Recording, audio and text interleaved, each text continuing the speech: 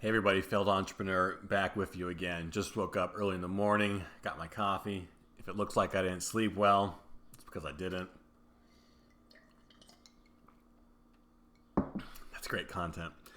And it's because I was up late reading a conversation between an anonymous doctor with inside information on what's going on with the coronavirus. Anonymous, it's on the internet. I know you're not supposed to believe everything you read, but this does correlate a lot with rumors I've been hearing, and this guy broke it down. What's really going on with the virus, why people are wrong about it, and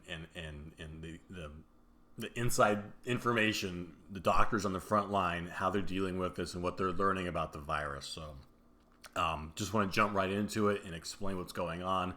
Take it with a grain of salt. Also, damn it, I'm a history teacher, not a doctor, Jim. So if I get some of the terminology wrong, excuse me, apologies.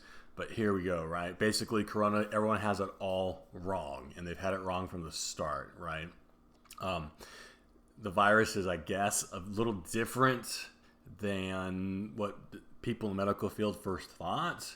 And so I guess that means that they were treating it wrong, and they're just kind of now maybe coming around to how to effectively fight this thing because they have experience now with what's happening in Italy, United States, and England, where this doctor was from.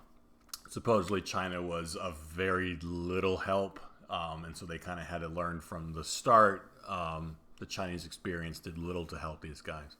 Basically, what Corona does is it attacks your blood system. Okay, again, I'm not a doctor, but it is a virus that's very unique, I guess he was saying, because what it does is it attaches to the hemoglobin in your blood cells, right? This is the iron in your blood, or that helps transport. Hey, it's early in the morning. Transports oxygen to the rest of your body, right? What the coronavirus does is it attaches to the hemoglobin, and I guess it removes the iron ion or something like that from your blood system. Basically, it hijacks that, makes it unable to carry oxygen in, but also deliver CO2 out, right? So it kind of poisons your bloodstream. It annihilates your bloodstream. That is what is killing people, because that's the main job of the hemoglobin, right? And now when your body can't get oxygen, when your circulatory system isn't doing its job, when it can't deliver oxygen to your body, your organs start to shut down, and that is what is killing people. It's not really the pneumonia. That is a masking side effect, which I'll get to in a minute. But he's saying it's the denial of oxygen to the organs in your body, right? And when your organs start to suffocate, they start to shut down. You have organ failures, which is what you're seeing a lot of people who are dying from this are getting, because their blood is just basically, it's been ripped apart and it's useless, right? What the body will do is it will try and compensate for this, but it starts a huge chain reaction of other systems in your body trying to fight this off. But basically it's a losing battle kind of at that point, because your body, it's kind of too far gone. There's only so much your body can do. And again, when your main oxygen delivery system isn't functioning, like I said, it will compensate, but it can't reverse it. It can't reclaim the hemoglobin if it's too far gone, right? This is why we're seeing a lot of ventilators. People can't breathe, right? Because they feel short of breath, right? If you've ever seen some people talking about their lungs and how people's lungs are being scarred from the virus, that's just the hemoglobin supposedly metabolizing or are appearing in the lungs. But it's really the lungs are functioning fine, right? This is the catch, okay? The lungs are still working. It's just the blood isn't carrying the oxygen. So you can put someone on a ventilator, and that may give them, it may pump a little more oxygen into the body. Ventilators are forcing oxygen into them. But really, the ventilators aren't a cure. They're really not doing that much good because the lungs, like I said, still function fine. It's the blood work that they need to fix, and doctors are only really coming around to that right now. So that's huge, right? Basically, it was recommended remove all iron from your diet, right? Like, you want to lower your iron levels, don't dangerously low, but if you have like a high iron diet, you need to stay the F away because that is the killer right now, right? It was suggested, for whatever reason, vitamin C is okay, but also vitamin D, for whatever reason, has a really good positive effect. And so he suggested really increase your vitamin D. Drink orange juice, your vitamin D milk, a supplement, stuff like that, as long as there's no iron in it. But vitamin D seems to have a positive effect. And this could be why we're seeing in the news these last couple days stories African Americans are getting hit very, very hard by this virus, and no one really knows why. Could be that just basically the skin pigmentation, right? High levels of melanin, I think is the word, right? Skin pigmentation blocks out the vitamin D that you absorb from the sun naturally. And so just because, if you have darker skin, you have a harder time getting vitamin D, the virus is going to have a field day with you, right? And so that could explain, again, why no one really can explain why they're getting hit disproportionately, way higher numbers than everybody else. It could just be vitamin D deficiency because, again, the skin is blocking out the natural vitamin D that we get from the sun. Could be, makes sense if you think about it, right? Also, it was mentioned that, and again, I guess some of the doctors aren't quite sure about this because this is not normal for viruses, but he kept saying viral load, right? Think of it kind of like radiation is what it seemed to me from reading the conversation. For whatever reason, corona, how much you're exposed to seems to correlate or have an effect with how bad your symptoms get, right? Viral load, is that what viral load, does anyone know what viral load means? That's what I'm assuming, right?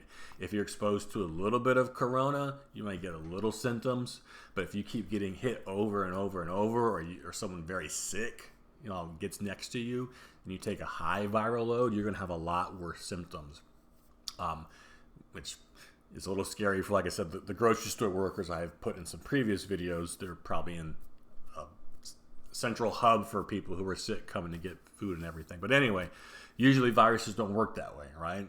You catch the virus, it gets in your body, and doesn't, a lot, a little, doesn't really matter. But for corona, it seems again that perhaps how much of it you're exposed to does have an effect, like I said, on how sick you get and the symptoms that you have.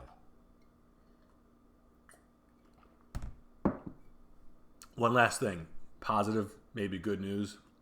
Again, I'm going to butcher this, but he also mentioned that hydroxychloroquine, whatever medicine that Trump has kept talking about in the news, it turns out Trump may be right, and that actually he might have some inside information, I guess.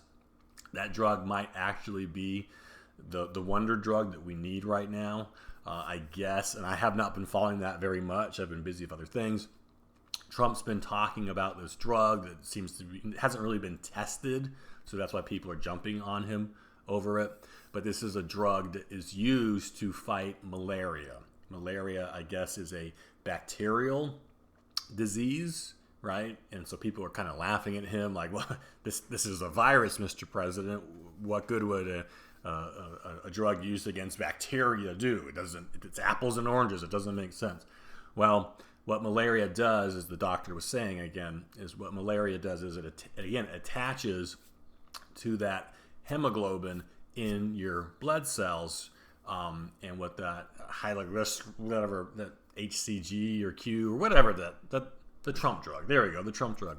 What that does is it protects against malaria by kind of creating like a shield or an envelope around that hemoglobin in your blood so that the malaria really just can't attach to it. And it just so happens that that kind of protective shell also, it seems to be effective against corona, COVID-19, and that it won't be able to attach then because it's blocking the key that the virus needs to attach to the protein, or that's the medical stuff. But it could work because, again, it just like it helps protect against malaria, it shields up your blood cells so nothing can really attach them, the hemoglobin in your blood. And that could be a cure, but the catch is it only works early on if you have early symptoms. If you're too far gone, if your blood has just been eradicated and just can't carry any oxygen anymore, the drug is pretty much useless. At that point, they got to do like whole blood transfusions, try and get some healthy, effective working blood into the body. I don't know how often they're doing that. I don't really know what. According to the news, it just seems like they're throwing people on ventilators, and I guess hopefully they recover, right? But the death toll is getting pretty ghastly, and it just may be that they're now again coming around with experience on what this thing really does and ways to combat it. But it kind of makes sense if you think about it, that this one reason maybe the death toll is high is because we're treating the wrong symptoms, right? So that's it. I definitely want to share it with you right now because, again, it makes sense. It seems to match up with a lot of other, I hate saying hearsay, and I don't say rumors, but I think you're going to hear a lot more of this coming out, and I wanted you to be the first to know. We're really just now starting to understand what this is and find ways to combat it, and it looks like there may be a couple treatments down the road, but protect yourself. Like I said, increase that vitamin C, increase that vitamin D. Stay away from any iron if you can. Obviously, smoking puts you at higher risk just because your lungs already don't work well. Can't get a lot of oxygen already. It was mentioned, but again, stay safe. And it could be probably another, maybe till May until this thing kind of calms down. I think is what the doctor was estimating.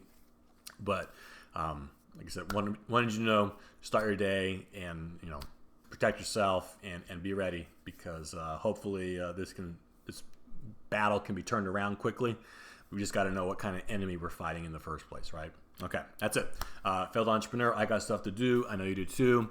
Thanks for watching. I appreciate it. Any more info, hey, leave it in the comments. I'd love to learn more stuff that you guys are hearing. And hey, I'll catch you later. I'm gone. Out.